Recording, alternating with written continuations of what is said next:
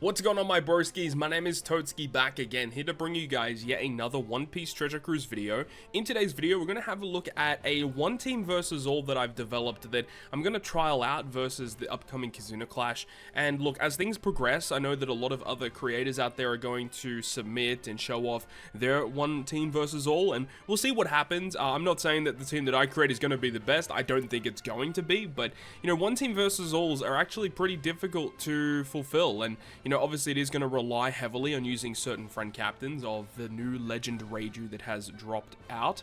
But the thing is that, you know, they're very difficult to build for. You have to build for different colors, different classes, make sure your team fits all criteria, as well as getting enough damage to also get around the gimmicks and kill the boss. So we'll see what happens here, but obviously the team that we show off in today's video, considering it is a one team versus all versus the highest difficulty of the Kizuna, it's not going to be an accessible team, but we'll see how things progress as we move forward. And of course, if there are any developments for better versions of one team versus alls, I'll be making sure to make a video about it so you guys know exactly what's going on. So without further ado, let's go ahead and get into it. So no real surprise here, we're going to be using the new legend Reiju as our friend captain for this one team versus all. Main reason is because of the way that this event is kind of structured. Her captain ability is really nice, removing 10 turns of burn for the crew, and I do think that the end of turn healing that she provides at the end there, 3 times her recovery at the end of the turn, I think that's actually going to play a pretty big part in allowing your team to survive, especially versus the int variation. Also, her super type allowing you to give Reiju poison to the enemies is going to be very key, as you can actually inflict poison on every single boss here, and also works in tandem with her special, giving you a very powerful conditional boost against those characters. Her special also providing damage threshold removal, paralysis removal, removing poison, as well as changing block and unfavorable slots into tandem, so it's allowing you to generate some slots and get around very annoying gimmicks here. And then of course, as we said, with her super type giving you that poison allows you to get around resilience, but you can also get a conditional boost off of that. And she also provides that 2.25 conditional boost for Dex, Fighter, and Powerhouse characters. Remember though that in order to activate her super type, you do need one of the Germa related characters, whether that be the brothers, Judge, or Sanji. So this is the team that we are going to be going ahead and utilizing. As I said, we'll see how things progress, but I do think that this should work against every single variation. So starting us off versus Dex. So the way that this team is going to work is that we can use Rayleigh special on stage 2, which will give us a chain lock and also an orb boost. A good thing to know as well is that the Rayleigh that I am using does have level limit break, which means that he will have the buffed version of his special. So it does do a damage dealing special, but also gives a 3.5 chain lock for 3 turns. So we can carry a very powerful chain lock into stage 3, meaning that we don't have to worry about the interrupt that occurs, but also level 31 and above, we can get past the attack down based on your chain multiplier. Also, he gives you a 2 times orb boost, but then if you end up using his special when you have less HP, that's when he gives you beneficial effects like damage reduction, orb change, and another orb boost in the following turn. But mainly just here because he can provide chain locks for multiple turns.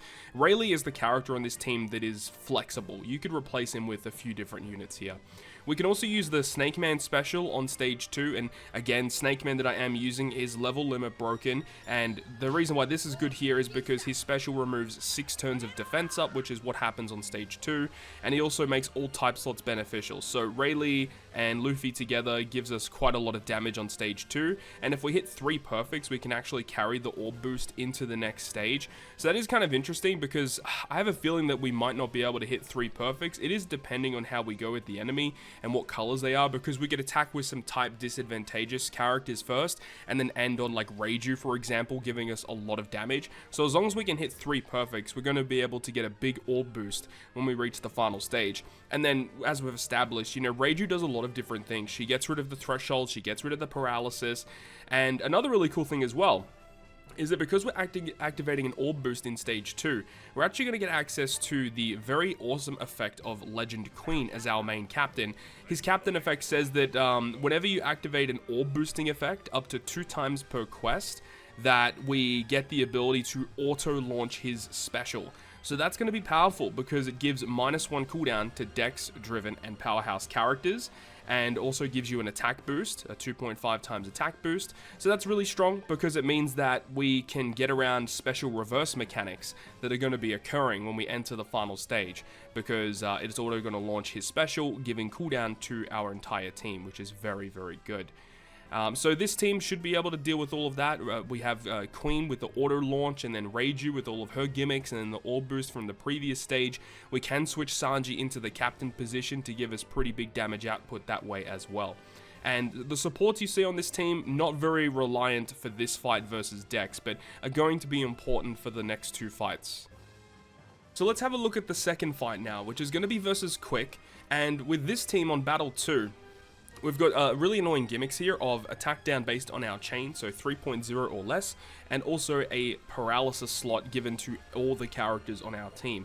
So once again, what we can do is by using Rayleigh's special, we can get a chain lock for multiple turns, and then an orb boosting effect. And then Qin Zhao, which is the character we haven't talked about yet. Qin Zhao is very important here because he will actually remove paralysis, and he does also some other things. He gets rid of special bind, which is going to be key later on, but also gets around block slots. He also gives us a chain boosting effect. Doesn't really matter, but you know, if you don't have Rayleigh, it's not the end of the world, because this guy by himself gives you a full board of slots and a chain boost. And then if you end on Reiju with a matching slot, that should give you more than enough damage to kill, and that should exceed the 3.0 or less attack down based on your chain, so long as you continuously hit your perfects.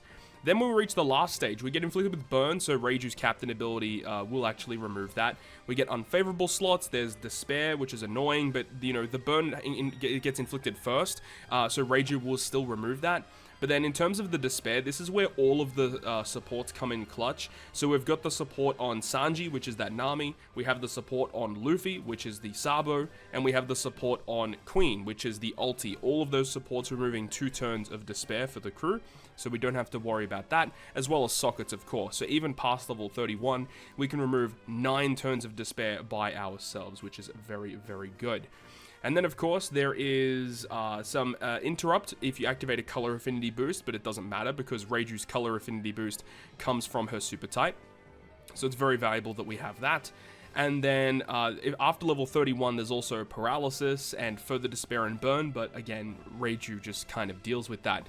The interesting thing here about this stage is that there is the enemy revive and they swap your captain around. So Sanji is going to be very key here, because we're going to be able to use his special to switch into the captain position so that it ignores the enemy's effect to switch our captain around. So it's going to be very, very key here. And also because we have Reiju on the crew as well as a Luffy character, we can actually activate his super class to get a chain boost if we need that. We can activate his rush if we need it. So there's lots of different options here, but I'm not too sure if activating the rush is going to be super important. Maybe on the turn after, when you get the revive, that might actually be a better place to actually utilize that kind of effect. But with this team here, we're going to have Luffy, we're going to be using Luffy special on stage 3, which means we get orb boost turn 1. If we hit 3 perfects, we get orb boost turn 2. Reiju's color affinity lasts for 3 turns, so that's going to be lasting for quite a while. And we do get the auto proc of Queen when we, I think actually no, Queen will not auto proc actually, now that I'm thinking about it, because you are actually despaired. So that is kind of annoying, but at the end of the day, it shouldn't be too big of an issue. We're still going to have quite a lot of damage on the return, on the turn after, so it should be enough damage to get through. But again, as I'm saying, I'm not 100% sure how it's going to work in terms of the despair and how things actually activate with the rest of our crew, but I'm pretty sure this will be a comfortable win, at least early days versus Quick.